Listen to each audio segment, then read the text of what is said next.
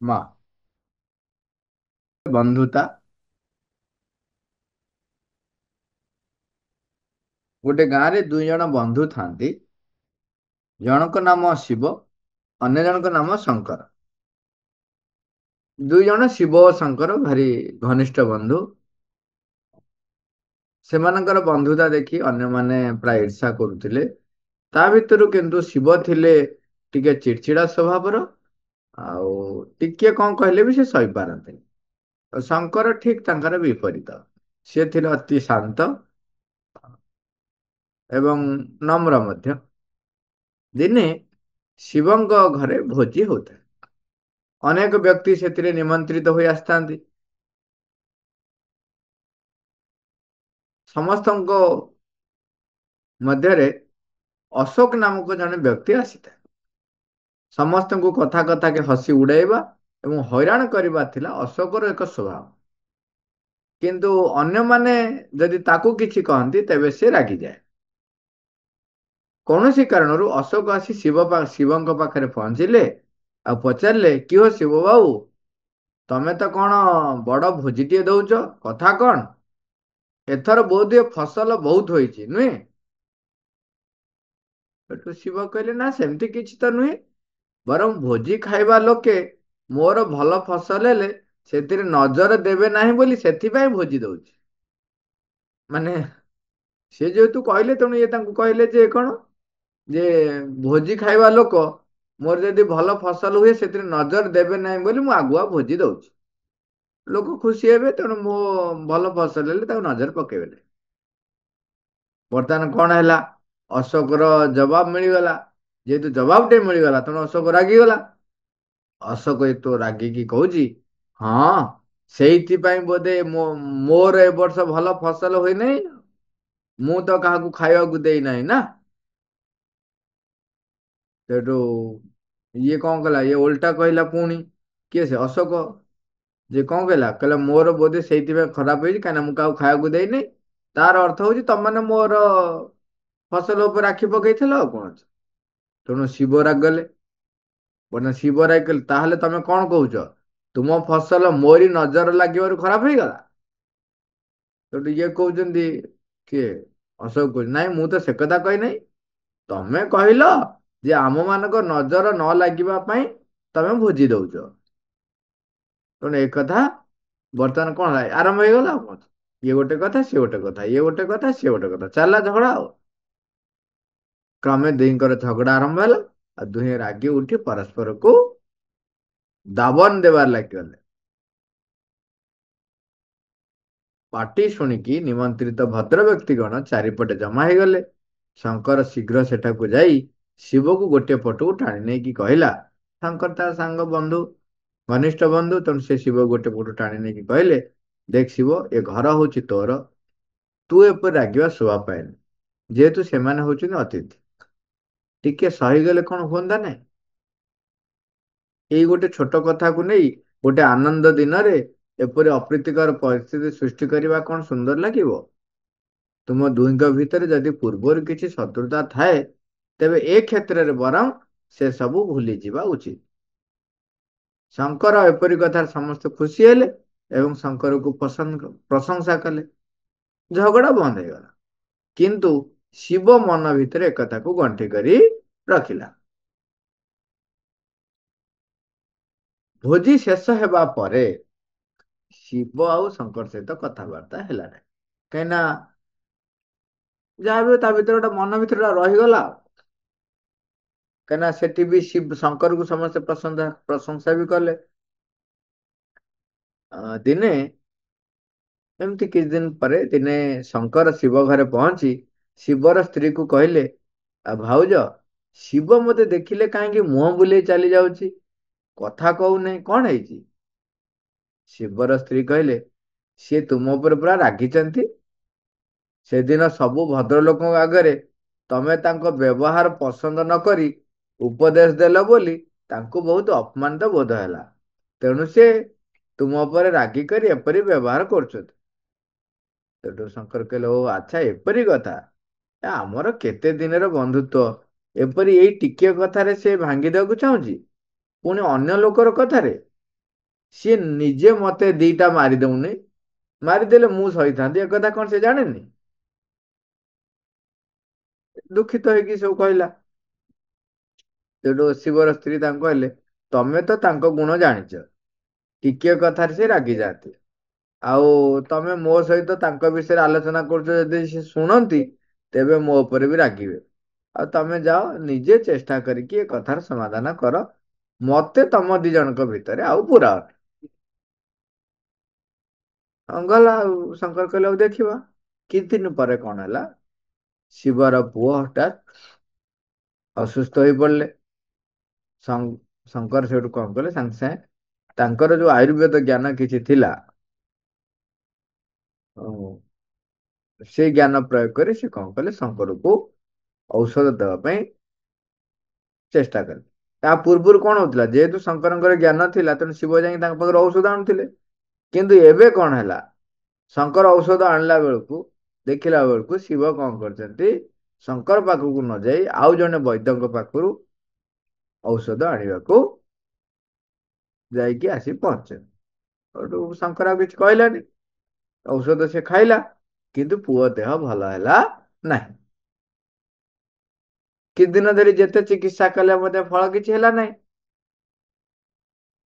ଏମିତି ବିପଦ ସମୟରେ ଜଣେ ସାଧୁ ଆସି ସେଠି ପହଞ୍ଚିଲେ। ଶିବ ଭାବିଲା ଇଏ ସାଧୁ ନିଶ୍ଚୟ ଭଲ କରିଦେବେ। ସେ ସାଧୁଙ୍କୁ ସବୁ କଥା କହିଲେ। କିନ୍ତୁ ଦେଖନ୍ତୁ, ଶଙ୍କର ପାଖରୁ ଔଷଧ ଆଣିନି, ରାଗିଛି ପୁରା। ସାଧୁ ଦୟାକରି ତା ଘରକୁ ଯାଇ ପିଲାକୁ ଦେଖି କହିଲେ, ଏ ରୋଗ ତୁମ ମାନଙ୍କ କୁକାର୍ଯ୍ୟରୁ, ଏ ରୋଗ ତୁମ ମାନଙ୍କ କୁକାର୍ଯ୍ୟ ଫଳରୁ ହେଇଛି।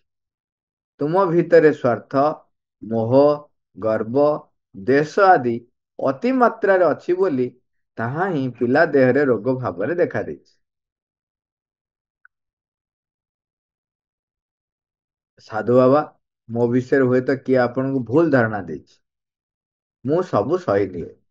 ବିଶେଷତଃ ଏ ପରିସ୍ଥିତିରେ ପୁଅ ପାଇଁ ମୁଁ ସବୁ କିଛି କରିପାରେ। ଏକଥା କିଏ କହିଲେ? ଶିବ କହିଲେ। ସାଧୁ କହିଲେ, ଠିକ ଅଛି, ତେବେ ଶୁଣ, ଏଠାରୁ 8 କୋଶ ଦୂରରେ ଗୋଟେ ଶିବ ମନ୍ଦିର ଅଛି। ମୁଁ ଯେଉଁ ଔଷଧ ଦେଉଛି, ସେ ପୁଡ଼ାଟି ହାତରେ ନେଇ ଠାକୁରଙ୍କ ବିଗ୍ରହରେ ସ୍ପର୍ଶ କରାଇ ଫେରିଆସ। କହିକିରି ପୁଡ଼ିଆଟି ଦେଲେ। କଣ କହିଲେ? ପୁଡ଼ିଆରେ ଯୋଉ ଔଷଧ ଦେଲେ, ତାକୁ କହିଲେ ନେଇକି ଯାଅ, ଏଠୁ 8 କୋଶ ଦୂରରେ ଯୋଉ ଶିବ ମନ୍ଦିର ଅଛି, ସେ ଶିବ ମନ୍ଦିରରେ ନେଇକି ପ୍ରଭୁଙ୍କୁ ସ୍ପର୍ଶ କରେଇକି ଆଣ। ତାପରେ ପୁଣି ସାଧୁ କହିଲେ, ଦେଖ ମନେ ରଖ, ମନେ ରଖ, ବାଟରେ କେଉଁଠି ବିଶ୍ରାମ କରିବ ନାହିଁ। ଆଉ ମନରେ ଅନ୍ୟ ପ୍ରତି କୁଭାବନା ରଖିବ ନାହିଁ। ମାନେ ବାଟରେ ଯୋଉ ଗଲାବେଳେ ଶିବଙ୍କ ପାଖକୁ ଯିବେ, କୋଉଠି ବିଶ୍ରାମ ନେବେ ନାହିଁ, ମନରେ କୁଭାବନା ଆଣିବେ ନାହିଁ। ତାହେଲେ ଯାଇକି ଔଷଧ କାମ କରିବ। ତେଣୁ ତମେ ଦର୍ଶନ କରି ଔଷଧ ସ୍ପର୍ଶ କରି ତତ୍କ୍ଷଣାତ ଲେଉଟି ଆସିବ। କେତେ ଗଲା, ଶିବ ଶିବ ଗଲେ ଏବଂ କେତେ ଘଣ୍ଟା ପରେ ଲେଉଟିକି ଆସିଲେ। ସେ ସାଧୁଙ୍କୁ ପଚାରିଲେ, ସାଧୁ ବାବା, ଏବେ ମୁଁ ଏ ଔଷଧ ପୁଅକୁ ଖୁଆଇବି? ସେଠୁ ସାଧୁ କହିଲେ, ଆରେ ରୁହ ରୁହ ଟିକେ, ପ୍ରଶ୍ନର ଉତ୍ତର ଦେଇ ସାର। ତୁମେ ଯିବା ପରେ ପରେ ମୁଁ ଲୋକଙ୍କ ଠାରୁ ପଚାରି ବୁଝିଛି ଯେ ତୁମେ ଅତ୍ୟନ୍ତ ଚିଡ଼ା ଲୋକ ଓ ସ୍ୱାର୍ଥପର। ନିକଟ ଅତୀତରେ ତୁମେ ତୁମ ବନ୍ଧୁମାନଙ୍କ ସହିତ ବିନା କାରଣରେ ଝଗଡ଼ା କରିଛ। ସ୍ୱାର୍ଥପର ଲୋକର ପରିବାରରେ ରୋଗ ସର୍ବଦା ଲାଗି ରହିଥାଏ। ମୋର ସନ୍ଦେହ ହେଉଛି, ହୁଏତ ଔଷଧ କାମ କରିନପାରେ। ଶିବ ତାକୁ ଆଉ ମାନେ ଯାହା ବି ହେଲେ ପୁଅ କହୁଛନ୍ତି, ଆଜ୍ଞା, ସାଧୁ ବାବାଙ୍କୁ ଏସବୁ କଥା କିଏ ମୋ ନାଁରେ ଆପଣଙ୍କୁ ସବୁ କହିଲା? ଯେଉଁମାନେ ମୋ ପ୍ରତି ଇର୍ଷୁକ, ସେମାନେ ମୋତେ ସହିପାରନ୍ତି ନାହିଁ। ମୁଁ କିନ୍ତୁ ସମସ୍ତଙ୍କ ପ୍ରତି ଭାରି ସହାନୁଭୂତିଶୀଳ। ସେଠୁ ସାଧୁ କହିଲେ, ଆଚ୍ଛା, ତୁମ କଥା ଯଦି ଠିକ ହୋଇଥାଏ, ତେବେ ତୁମେ ତୁମ ବନ୍ଧୁଙ୍କ ସହିତ ଝଗଡ଼ା କରି କାହିଁକି ଅଲଗା ରହିଛ? ଶିବ ମନ୍ଦିର ତ ଏତେ ଦୂର, ସେଥିରେ ପୁଣି ପାଷାଣ ପ୍ରତିମା। ତମେ ବିଶ୍ୱାସ କରି 16 କୋଶ ଦୌଡ଼ି ଗଲ, ମାନେ ଗଲ 8 କୋଶ ପୁଣି ଆସିଲ। ମୁଁ ଜଣେ ଅପରିଚିତ ବ୍ୟକ୍ତି, ମୋତେ ବିଶ୍ୱାସ କରି ମୋ କଥା ମାନିଗଲ, ଆଉ ପିଲା ବେଳରୁ ଗଢି ଉଠିଥିବା ବନ୍ଧୁତା ତମେ ଏତେ ଶୀଘ୍ର ଏଇ କଥା ଟିକିଏରେ କାଟି ଦେଇ ପାରିଲ? ଇଏ କଣ ତୁମର ସହନଶୀଳତାର ପରିଚୟ? ତ ଶିବ କହିଲେ, ସାଧୁ ବାବା, ଦେଖନ୍ତୁ ଆଜ୍ଞା, ଆପଣ ଯଦି ମୋର ସହନଶୀଳତାର ପ୍ରମାଣ ନେବାକୁ ଚାହାନ୍ତି, ଆଦେଶ କରନ୍ତୁ, ମୁଁ କାର୍ଯ୍ୟରେ କରି ଦେଖାଇଦେବି। ଆଉ ସାଧୁ କହିଲେ, ମୁଁ ଶୁଣିଲି ତମେ ତୁମର ଜଣେ ଶୁଭାକାଂକ୍ଷୀ ବନ୍ଧୁଙ୍କ ସହ ଝଗଡା କରି ବନ୍ଧୁତ୍ୱ କଟାଇ ଦେଇଛ। ତୁମର ଯଦି ଦମ୍ଭ ଓ ଅଭିମାନ ନଥାଏ, ତେବେ ତା ଘରକୁ ଯାଇ ତା ପାଖରେ କ୍ଷମା ପ୍ରାର୍ଥନା କରି ମିଳାମିଶା ହୋଇଯାଅ। ନହେଲେ ପୁଅର ଔଷଧ କାଟୁ କରିବ ନାହିଁ। ଶିବ କହିଲେ, ଆଉ କଣ ବାଟ କଣ ଅଛି ପୁଅ? କିଛି ବାଟ ନାହିଁ। ସେଠୁ କହୁଛନ୍ତି, ଠିକ ଅଛି, ପୁଅର ଜୀବନ ରକ୍ଷା ପାଇଁ ମୁଁ ସବୁ କରିପାରେ। ଦେଖନ୍ତୁ, ମୁଁ ଏବେ ଯାଇ ସବୁ ଠିକ କରିଦେଇ ଆସୁଛି। ସେଇଠୁ ସାଧୁ କହିଲେ, ନା ନା ନା ନା, ଶିବ, ତମେ ଯଥେଷ୍ଟ ରାସ୍ତା ଯାଇ ଫେରିଛ। ତୁମକୁ ଦୂରକୁ ପଠାଇ କଷ୍ଟ ଦେବା ମୋର ଇଚ୍ଛା ନାହିଁ। ପ୍ରମାଣ ଏଇଠି ହବ, ଆସ। କହି ସାଧୁ ତାଙ୍କ ମୁହଁରୁ ସେ ଯୋଉ ମିଛ ଦାଢି ନିଶ କାଢି ଦେଲେ। କହିବା ବାହୁଲ୍ୟ ଯେ ଶଙ୍କର ହିଁ ନିଜେ କଣ ହେଇଛନ୍ତି, ସାଧୁ ବାବାଙ୍କ ଛଦ୍ମବେଶରେ ସେ ଆସିଛନ୍ତି। ଶିବ ଆଶ୍ଚର୍ଯ୍ୟ ହେଇ ପଚାରିଲେ, ଆରେ ତୁ? କହି ଆନନ୍ଦରେ ଆସି ଶଙ୍କରକୁ କୁଣ୍ଢେଇ ପକେଇଲା ଓ କହିଲା, ଦେଖ ଭାଇ, ମୋତେ କ୍ଷମା କର, ସବୁ ମୋରି ଦୋଷ। ଏବେ ମୋ ପୁଅକୁ ତୁ ବଞ୍ଚାଇ ଦେ। ଏଠୁ ଶଙ୍କର କହୁନି, ପାଗଳ ହେଲୁ ନା କଣ? ତୋତେ ବାଟ ଆଣିବାକୁ ମୁଁ ଆଉ ଭାଉଜ ଏ ନାଟକ ରଚନା କରିଥିଲୁ। ପୁଅ 3 ଦିନ ହେଲା ପୁରା ଭଲ ହେଲାଣି ମୋ ଔଷଧରେ। ମୋ କଥା ମାନି ସେ ଶୋଇ ରହିଛି। କଣ ହେଇଛି, ଆ ଭିତରେ ସିଏ ଆସି ଔଷଧ ଦେଇ ସାରିଛି। ତା ଦେହ ଅଲରେଡି ଭଲ ହେଇଯାଇଛି। ସିଏ ଯୋଉ ଆଣିଥିଲା ଔଷଧ, ସେ ଔଷଧ ଦିଆହେଇନି। ଔଷଧ ଦିଆହେଇଛି ଶଙ୍କରଙ୍କର ଏବଂ ତା ଦେହ ଭଲ ହେଇଗଲାଣି। ଏହା କହି ସେ ପୁଅକୁ ଚାହିଁ କହିଲା, ବାପ, ମୁନା, ଉଠି ଆସ ତ। ତୋର ପାରିଶ୍ରମିକ ଚକୋଲେଟ ଟା ନେଇଯା। ଏବେ ତୋର ଭୂମିକା ଶେଷ। ଏକ ସମୟରେ ଶିବ, ତା ସ୍ତ୍ରୀ, ଶଙ୍କର, ମୁନା ସମସ୍ତେ ହସି ଉଠିଲେ। ଆଉ ପୁଣି ସେଇଦିନ ଠାରୁ ଦୁହିଁଙ୍କର ମିତ୍ରତା ବଢି ଉଠିଲା। ଏଥରକ ସେମାନଙ୍କର ମିତ୍ରତା କେବେ ଭାଙ୍ଗିବାର ଆଉ କେହି ଦେଖିନି। ଦୁହେଁ ଜୀବନ ସାରା ବନ୍ଧୁ ହୋଇ ଖୁସିରେ ରହିଲେ। ମା, ଏଇ ବନ୍ଧୁତାରୁ କେତେ ଗୁଡେ କଥା ମନେ ରଖିବା।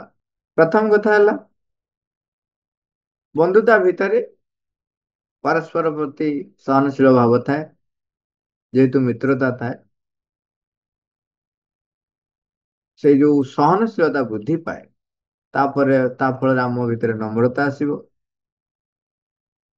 କିନ୍ତୁ ଏଇ ବନ୍ଧୁତା ପ୍ରତି ଯଦି ଆସକ୍ତି ହେଲେ ଆପଣ, ସେଇଟା କଣ ହବ, ଆମର ଆଧ୍ୟାତ୍ମିକ ପଥରେ ଏକ ଅନ୍ତରାୟ ସୃଷ୍ଟି ହବ।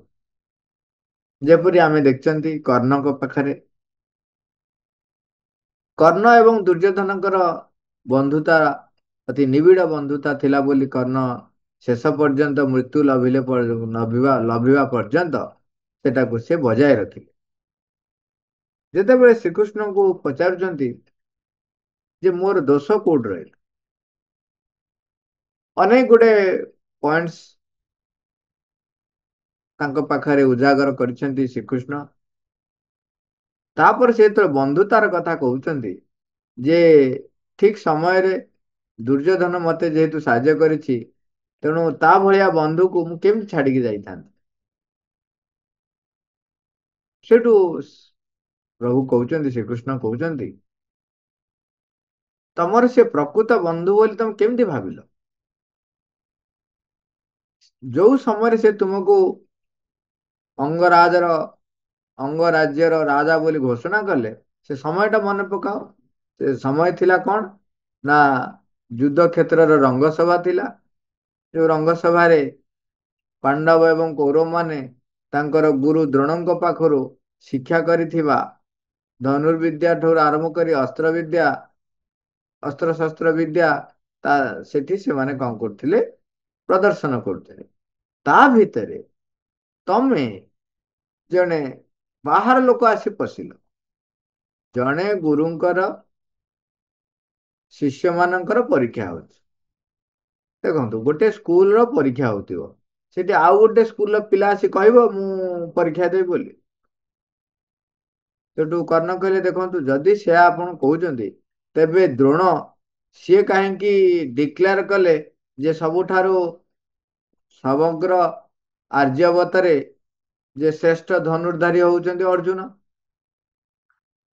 ସେ କହିଲେ ଆରେ ବାବା ତାଙ୍କର ସ୍କୁଲର ତାଙ୍କର ଟିଚର ପରୀକ୍ଷା ନଉଛନ୍ତି, ତାଙ୍କ ଟିଚର ଡିକ୍ଲେୟାର କଲେ ସିଏ ସର୍ବଶ୍ରେଷ୍ଠ ଧନୁର୍ଧାରୀ, ତୋର କଣ ଅସୁବିଧା ହେଲା? ହଁ, ସେତେବେଳେ ଦ୍ରୋଣଙ୍କୁ ସମସ୍ତେ ମାନୁଥିଲେ ଏବଂ ଦ୍ରୋଣ ସେତେବେଳେ ଗୋଟେ ପରମ ଯୋଦ୍ଧା, ଅପରାଜୟ ବୀର ବୋଲି ଗଣିତ ହଉଥିଲେ। ଭୀଷ୍ମଙ୍କ ପରେ ପରଶୁରାମ, ପରଶୁରାମ ପରେ ଭୀଷ୍ମ, ଭୀଷ୍ମଙ୍କ ପରେ ସେ ଗଣିତ ହଉଥିଲେ। ସେ ସେମିତି ତ କିଛି କୋଉଠି ଲିପିବଦ୍ଧ ନାହିଁ ଯେ ଦ୍ରୋଣକୁ କେହି ହରେଇ ପାରିବେନି। ଦ୍ରୋଣ ତ ନିଜେ ଚାହିଁଥିଲେ, ତାଙ୍କୁ ସେ ଯୋଉ ଯୁଦ୍ଧ ବିଦ୍ୟା ଶିଖିଛନ୍ତି ସେ ବି ଯୁଦ୍ଧ କରିଥାନ୍ତି, କିନ୍ତୁ ସେ କୋଉଠି ଯୁଦ୍ଧ କରିନାହାନ୍ତି।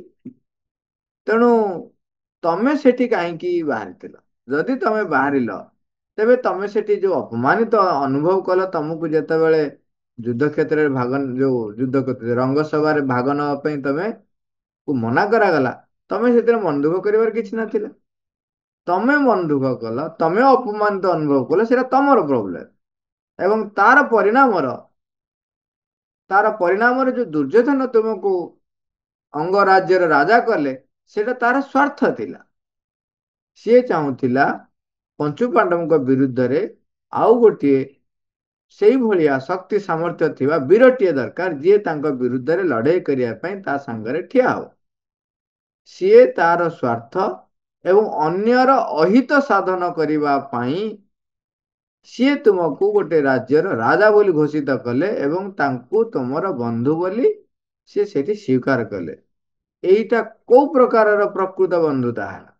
ଯିଏ ତାର ସ୍ୱାର୍ଥ ଏବଂ ତାର ଶତ୍ରୁ ମାନଙ୍କୁ ହତ୍ୟା କରିବା ପାଇଁ, ତାଙ୍କ ବିରୁଦ୍ଧରେ ଅସ୍ତ୍ର କରିବା ପାଇଁ ଜଣକୁ ଗ୍ରହଣ କଲା, ସେ ବନ୍ଧୁ ହିସାବରେ ଗ୍ରହଣ କରିଥିଲା ନା ପାଉଣା ଦେଲା ଭଳିଆ ଆଗୁଆ ଆଡଭାନ୍ସ ତମକୁ ଦେଲା? ଆଗୁଆ ଆଡଭାନ୍ସ ତମକୁ ଦେଇଥିଲା, ତମେ ତାକୁ ବନ୍ଧୁତା ବୋଲି ମାନି ନେଲ, ସେଇଟା ତମର ମୂର୍ଖାମି। ସେଇଟା ସତ୍ୟ କେମିତି ହବ? ଇଏ ହଉଛି ଗୋଟେ ବିରାଟ ଘଟଣାଟିଏ ମହାଭାରତ ଯୁଦ୍ଧରେ। ତେଣୁ ବନ୍ଧୁତା କହିଲେ ଆମକୁ ଜାଣିବାକୁ ପଡିବ ପ୍ରକୃତ ବନ୍ଧୁ ମୋର କିଏ ସେ। ଯଦି ଆମେ ସତରେ ପ୍ରକୃତ ବନ୍ଧୁ ଖୋଜିବା, ତେବେ ଜଣେ ହିଁ ଆମ ପାଖରେ ମିଳିବେ। ସିଏ ହଉଛନ୍ତି ଆମ ଅନ୍ତରରେ ଯିଏ ସଦା ସର୍ବଦା ରହିଛନ୍ତି, ଭଗବାନଙ୍କର ସେ ଯୋଉ ଅଂଶ, ତାକୁ ଆମେ ଆତ୍ମା କହୁଛନ୍ତି। ଏବଂ ଆତ୍ମାର ଯେତେବେଳେ ପରିପ୍ରକାଶ ଘଟିବ, ସେତେବେଳେ ଚୈତ୍ୟ ସତ୍ତା ବୋଲି ଆମେ ତାକୁ ଗ୍ରହଣ କରୁଛୁ। ତେଣୁ ସେଇ ଚୈତ୍ୟ ସତ୍ତା ଯିଏକି ଆମର ପ୍ରକୃତ ବନ୍ଧୁ, ଯିଏକି ଆମକୁ ଠିକ ବାଟରେ ଆମର ଅଗ୍ରଗତି ଯୋଉଥିରେ ହବ, ଆମର ଉନ୍ନତି ଯୋଉଥିରେ ହବ, ଆମର ଚେତନାରେ ପରିବର୍ତ୍ତନ ଯୋଉ ଦିଗରେ ହବ, ସେଇ ଦିଗରେ ଯାହା ଫଳରେ ମୋର ଅଗ୍ରଗତି ହେଇଯିବ, ସେଇ ଦିଗରେ ସେ ସାହାଯ୍ୟ କରେ। ତେଣୁ ସିଏ ହିଁ ହଉଛି ମୋର ପ୍ରକୃତ ବନ୍ଧୁ। ତେଣୁ ତୁମେ କିନ୍ତୁ ପ୍ରକୃତ ବନ୍ଧୁ ବୋଲି କାହାକୁ ଗ୍ରହଣ କଲ? ନା ତୁମ ଭିତରେ ଥିବା ସେ ଅପମାନ ବୋଧକୁ, ଯିଏ ନିଆଁରେ ଘିଅ ଢାଳିଲା ଭଳି ଯିଏ ତୁମକୁ ସାହାଯ୍ୟ କରୁଛନ୍ତି, ତମେ ତାକୁ ନିଜର ବନ୍ଧୁ ବୋଲି ଭାବିଲ। ତୁମର ଯୋଉ ଆତ୍ମାଭିମାନ, ତୁମର ଯୋଉ ଗର୍ବ, ତାକୁ ଯିଏ ସମର୍ଥନ କରୁଛି, ତାକୁ ତୁମେ ଗ୍ରହଣ କଲ ପ୍ରକୃତ ବନ୍ଧୁ ଭାବେ। ତେବେ ସେ କିପରି ତମର ପ୍ରକୃତ ବନ୍ଧୁ ହେବେ, ଯିଏ ନିଜ ସ୍ୱାର୍ଥ ପାଇଁ ତମକୁ ବ୍ୟବହାର କରୁଛନ୍ତି? ତାପରେ କହିଲେ ଯେ ସତ୍ୟ ପଥରେ ଯାତ୍ରୀ ହବା ପାଇଁ ଯିଏ ତୁମକୁ ସାହାଯ୍ୟ କରିବେ, ସିଏ ହଉଛନ୍ତି ପ୍ରକୃତ ବନ୍ଧୁ। ତୁମର ଅଗ୍ରଗତି ପାଇଁ ଯିଏ ତୁମକୁ ସାହାଯ୍ୟ କରିବେ, ସିଏ ହେଲେ ତୁମର ପ୍ରକୃତ ବନ୍ଧୁ।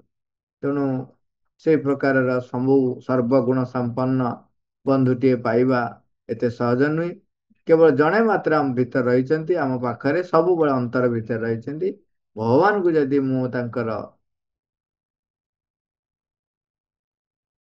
ମାନେ ଭଗବାନଙ୍କୁ ମୋ ନିଜର ପ୍ରକୃତ ବନ୍ଧୁ ରୂପେ ଗ୍ରହଣ କରିପାରିବି, ତେବେ ତାହା ହିଁ ହେବ ସର୍ବଶ୍ରେଷ୍ଠ ବନ୍ଧୁ ସହିତ ଏକାତ୍ମତା, ସର୍ବଶ୍ରେଷ୍ଠ ବନ୍ଧୁ ସହିତ ପରିଚୟ, ତାହା ହିଁ ହେବ। ତେଣୁ ଆମେ ପ୍ରକୃତ ବନ୍ଧୁ କିଏ ଚିହ୍ନିବା ଏବଂ ସେଥିପାଇଁ ଯାହା ଆବଶ୍ୟକ ହଉଛି ଭଗବାନଙ୍କ ପାଖରେ କୃତଜ୍ଞ ହବା, ଭଗବାନଙ୍କୁ ଆଶୀର୍ବାଦ କରିବା, ମାଙ୍କୁ ଆଶୀର୍ବାଦ କରିବା, ସେ ଯେପରି ମୋର ପ୍ରକୃତ ବନ୍ଧୁ ହେଇକିରି ମୋ ସହିତ ସବୁବେଳେ ରୁହନ୍ତୁ। ମା। ମା। ଥ୍ୟାଙ୍କ ୟୁ ଅଲ୍, ରବିବାର।